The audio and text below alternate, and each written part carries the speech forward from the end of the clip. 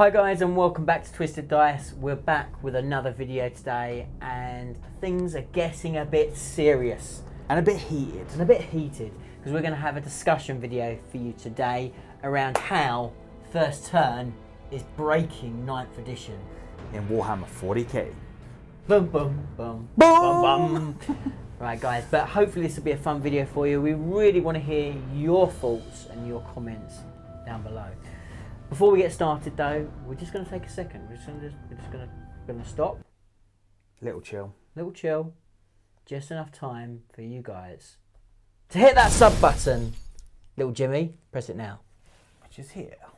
Is it there or is it here? It is here. It's there. Okay. So press that button, guys. Really helps us out loads. We are fast approaching our 10,000 subscribers, and I can feel that 10,000 subs. I can feel it. I really can. Just here and here. It's nearly there. And of course, as we said in every video, hopefully when we hit 10,000, we're going to make it big and special. So if you want to join us on that little journey and help us get to that magical number of 10,000, become a mega boss and help us by just liking and subscribing to the channel, that'd be cool. Or again, if you want to come over to Patreon. To buy me a Ferrari. No? Wow, no. I don't think anyone is going to love you that much. Nice thinking. Okay, that's worth a try, right? If there's a sugar daddy out there, John's looking for one. Desperate times, right? Desperate times. Right, moving on swiftly. What is really... So the hot topic at the moment is turn one. Is it breaking the game? Well, that's great. That's just great, man. Now what the f*** are we supposed to do? Where's some real fruity shit now, man? You finished? That's it, man. Game over, man. It's game over. Yeah, and look, it's really interesting. You know, we've played quite a bit. Darren even more so than me. And it's a real interesting thing because quite a lot of time, no, it was not too dissimilar in 8th edition, but there quite a lot of the time the kind of discussion comes up, well, if I'd got first turn, it would have been very different. Yes. And that's not a new thing, but no, but it feels, I don't know, it feels a little bit more painful. So I suppose what we could do on this is talk about two different things. One is how we could make turn one better. Yeah, absolutely. But I think before we get there, let's just break down why it's so powerful. So what you would have realised if you played much 9th edition is the game is so hit or miss or win or lose on objectives, right? Yes. So the primary missions are all where the game is generally won or lost, yeah? So if you take those valuable points in the primary, then you're probably going to win the game. And most of those points come from taking ball control and taking the middle of the board, right? That's it. And the best way of you taking ball control and taking the middle of the board is by getting the jump on and being able to get there first. That's massive. Yeah.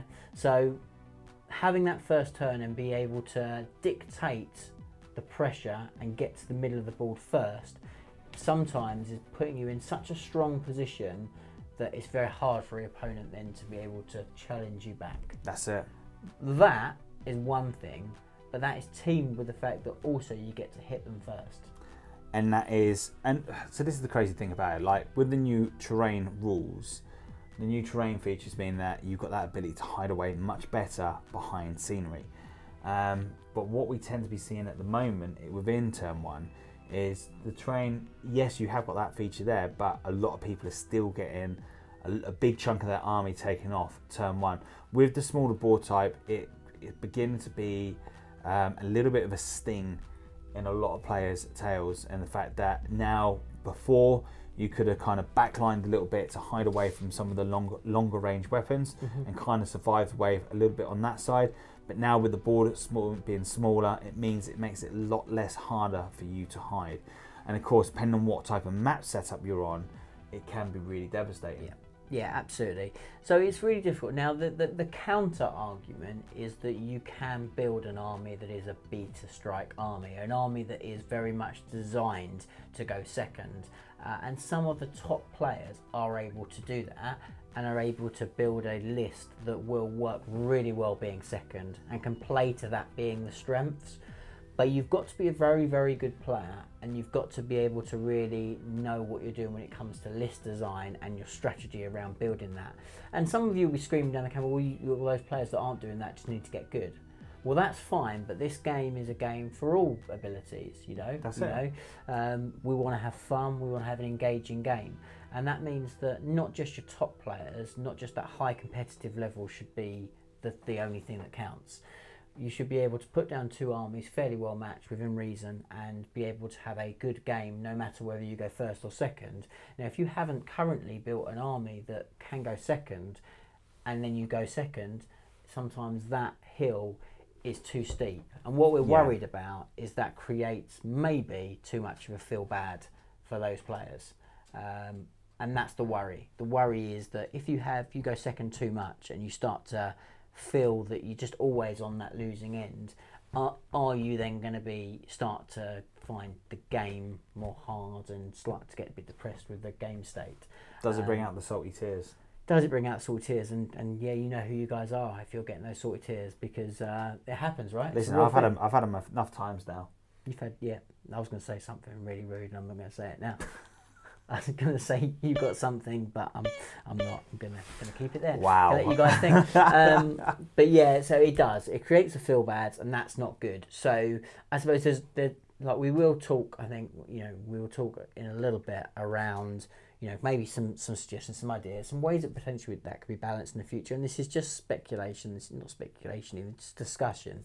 And we'd love to hear your thoughts. If you disagree and you think that actually second turns are stronger, we want to know about it. Let us know why for you second turn is better, because that would help us out loads. We'd just love to know your thoughts. But yeah, so share your opinions. But I've kind of lost my train of thought, to be honest.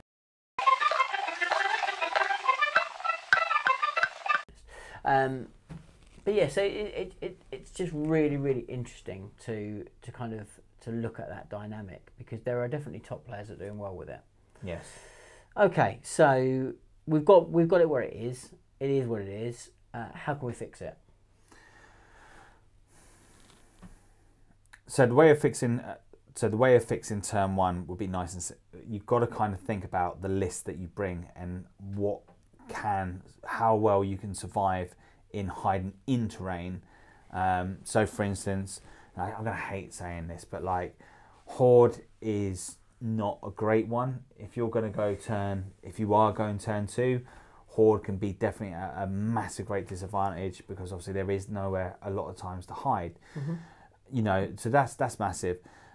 It really does depend upon what your opponent's bringing. That's for sure. With the new stuff we're seeing out with the Necrons and the Space Marines, they definitely can pull out a lot of damage and a lot of hate and horribleness on you straight away. Even the standard Space Marines now, is it the Trueborn? Yeah, whatever they're calling them, but the little Marines, little baby Marines. I would like to say they're not the Firstborn. That's it. The original Space Marines, the real Space Marines. Baby Marines, yeah. Unfortunately, even they've got 2 wounds now. So things like us, Orc players that most of them are only doing 1 damage. You are going to struggle to take them off. But what I'm trying to say to you is, like, you've really got to think about what you're taking and whether or not you can hide behind the actual board itself. And think about because when you're going off turn 1, it's going to be a roll off. It's still 50-50 on whether you're going first or your opponent's going first. So don't gamble. Don't gamble. Yeah, don't do me and get the green rage on and go all out and planning for turn 1 and charging across the board, because that doesn't always work in your favour. If anything, plan for turn 2. Like, plan as if you're going second. Yes, that may mean that you're not going to have quite the alpha strike that potentially you would if you went first, but it's better in the long run if you've got a strategy that is around, right, I'm going to go second. If I go first, it's a bonus. But if I'm going to go second, how am I going to play this game? How am I going to win? A lot of armies do have something in the army that has something in their arsenal. Like the fact that heavy weapon, vehicles can move and monstrous creatures can move without suffering the penalties from firing heavy weapons. Yeah, that's massive. So that before on your deployment, you could think about maybe putting your executioner repulsor behind, a big bit of terrain, give it that cover. you know, because you have got that ability to then move out and then, you know, shoot down the board and try to take out some of your opponent's stuff, which is, you know, massive. Not forgetting that flyers can be targeted. So, you know, only true line of sight is going to hide those flyers. On most boards, you know, you're going to be able to pop off a flyer or two. And of course, anything more over 16 wounds can be targeted. And that's pretty good.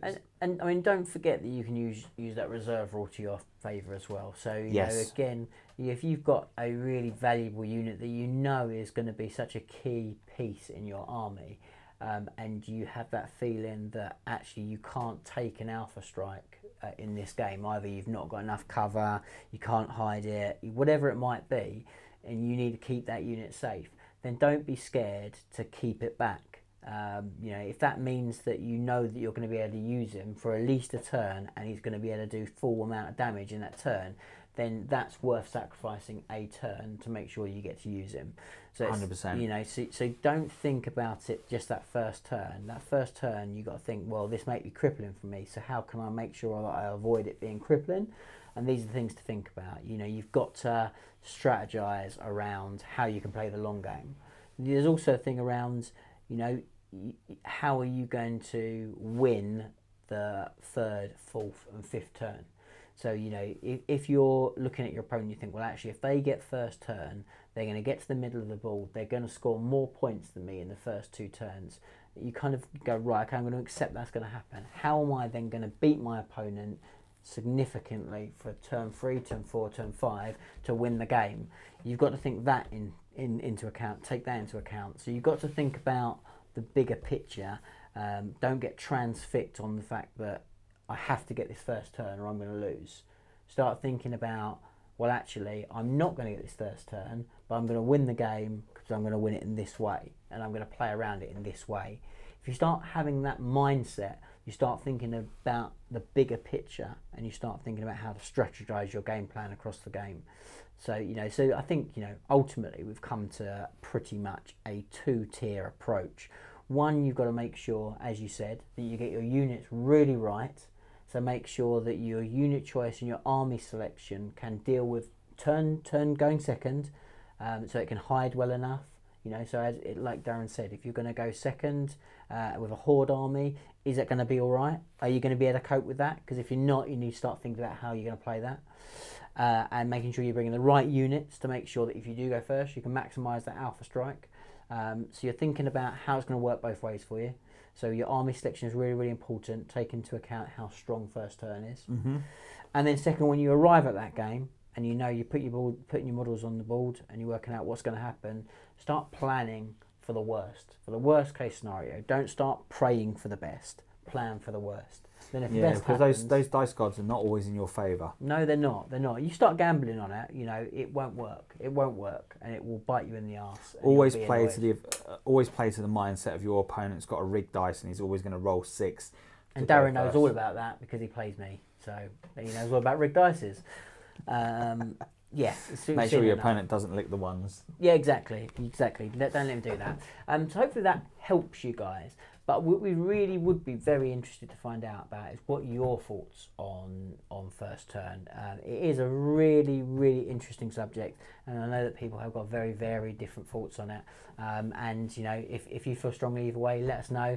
Also, let us know how you think it could be, you know, fixed in the future, whatever it might be. But at the moment, we're loving 9th edition here at Twisted Dice. Make sure you check out all our battle reports. We've got loads of cool stuff going on there, and it's super fun. So definitely don't get disheartened by a first turn. You know, if enough people don't like it, I'm sure it will get tweaked in the future. But for now, just have fun with it, enjoy it, and plan for it.